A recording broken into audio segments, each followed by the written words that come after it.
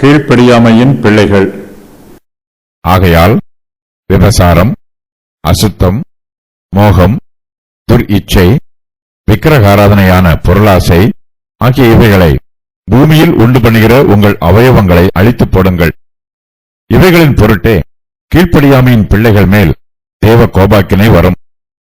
நீங்களும் முற்காலத்தில் அவர்களுக்குள்ளே சஞ்சரித்த போது அவைகளை செய்து கொண்டு வந்தீர்கள். நம்முடைய சரீரத்தின் அவயவங்களை நாம் கிறிஸ்துவுடனே கூட சிலுவையில் அறைய வேண்டும்.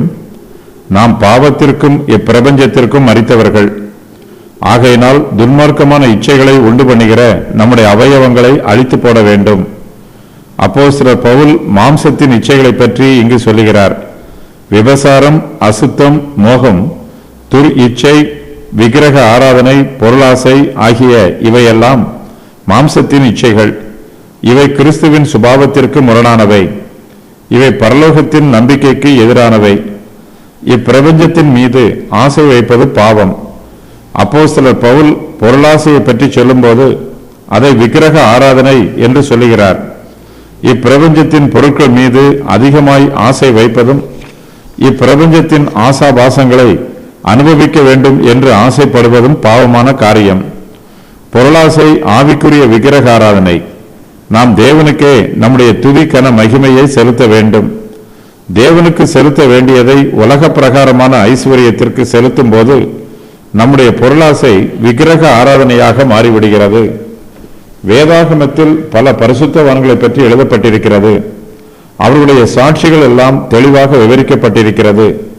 அவர்களில் சிலர் பாவத்தில் விழுந்திருக்கிறார்கள். என்றாலும் வேதாகமத்தில் சொல்லப்பட்டிருக்கிற எந்த பரிசுத்தவானும் விக்கிரக ஆராதனையான பொருளாசையில் விழுந்துவிடவில்லை. ஆகையினால் பொருளாசையை குறித்து நாம் மிகவும் எச்சரிக்கையாய் இருக்க வேண்டும்.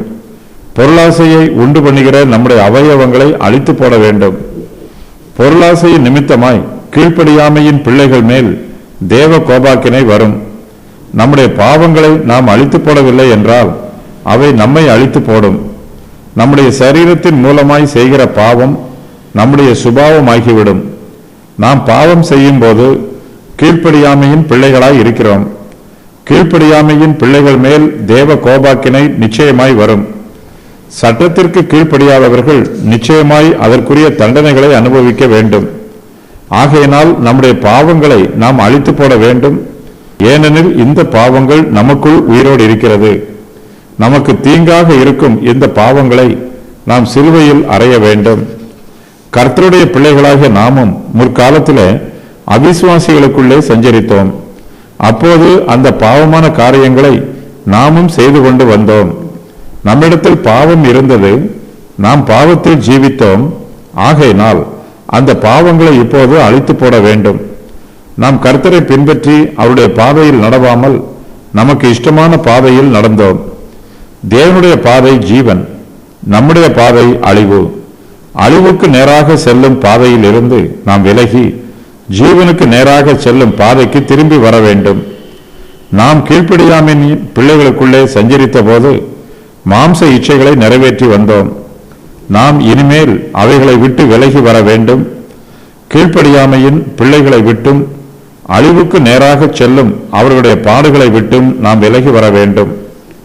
அழித்து போட வேண்டிய காரியங்கள்: விபசாரம், அசுத்தம், மோகம், துர் இச்சை, விக்கிரக ஆராதனையான பொருளாசை.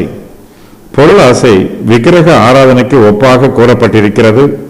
ஏனெனில் நாம் எதன் மீது ஆசைப்படுகிறோமோ அது ஒரு விக்கிரகம் ஆகிறது.